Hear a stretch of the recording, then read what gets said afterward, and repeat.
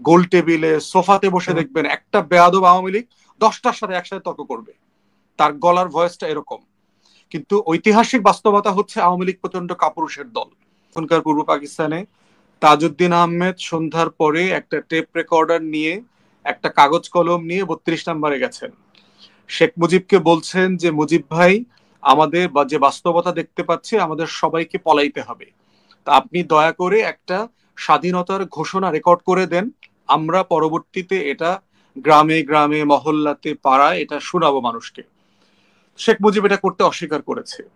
দ্বিতীয়ত বলেছে তাহলে আপনি কাগজে কলমে একটু লিখে দেন, লিখে একটু সাইন করে দেন, যেটাকে আমরা স্বাধীনতার ঘোষণাপত্র হিসাবে দেশের মানুষকে জানাবো, বলতে পারবো।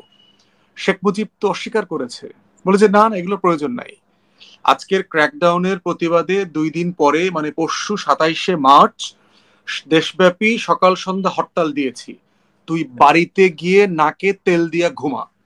এই হলো শেখ মুজিব।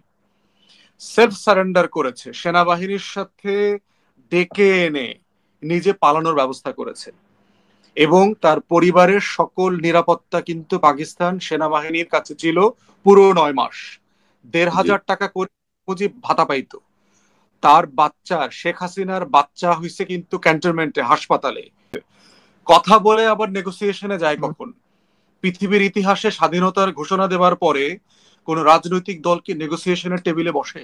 সেটা কি আর স্বাধীনতা থাকে?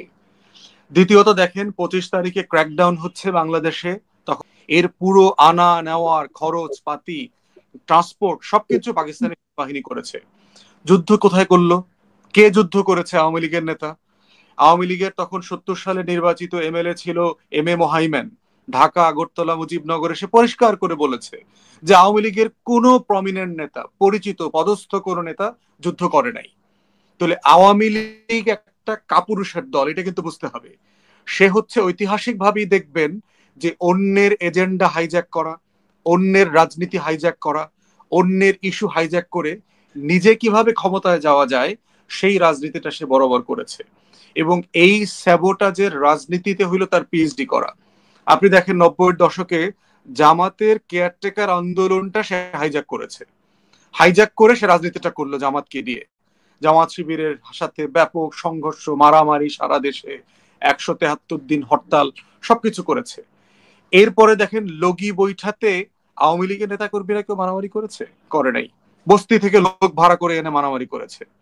সারা বাংলাদেশে দেখেন গত জুলাই আগস্টে ছাত্রলীগ আওয়ামী লীগের লোকজন কিভাবে কুকুরের মতো লেজ গুটায় পালাইছে।